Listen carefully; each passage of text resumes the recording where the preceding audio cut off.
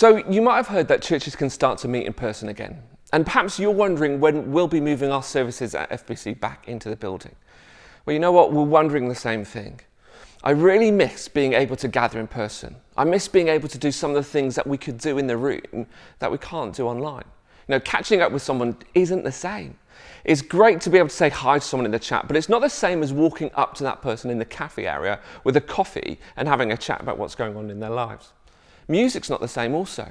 I miss being able to stand and sing with one another. Listening to it on YouTube just isn't the same as being in the room.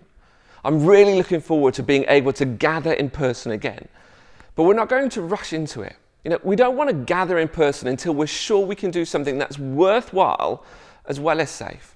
We want the experience to be something that's worth gathering for. I don't know when that will be, but to give some sort of timeline, as things stand at the moment, it won't be before October. That's because there's quite a few things to figure out. You know, we could put lots of people spaced apart in the hall, but what do? You can't sing, you can't have a quiet personal conversation with someone, and you probably can't use the toilets. And what do we do with kids? We don't know what provision we can provide for kids' work at the moment. We don't have a clear picture of how their groups can function or what we could do that is worthwhile and helpful if we all gathered together in the hall. You know, some people have suggested doing an outside gathering, and that sounds amazing in principle.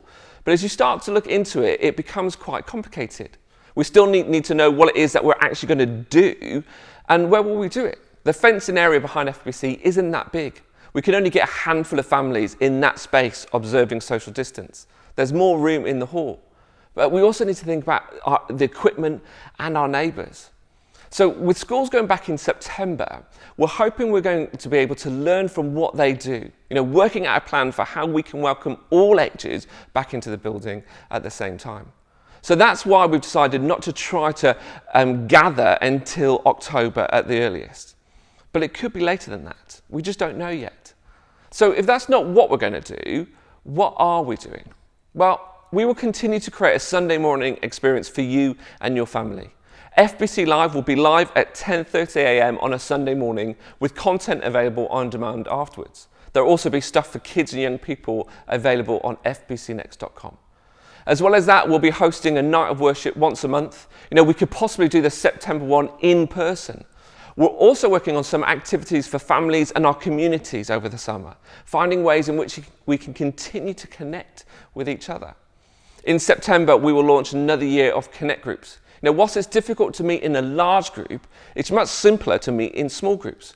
We're exploring ways in which we can resource small groups to gather together, to do church together. And we're continuing to find ways and opportunities that we can support our local community, demonstrating the good news of Jesus in practical and helpful ways. So whilst we're not going to be able to meet in person on a Sunday morning like we used to for a while, there are loads of ways in which we can still be church together.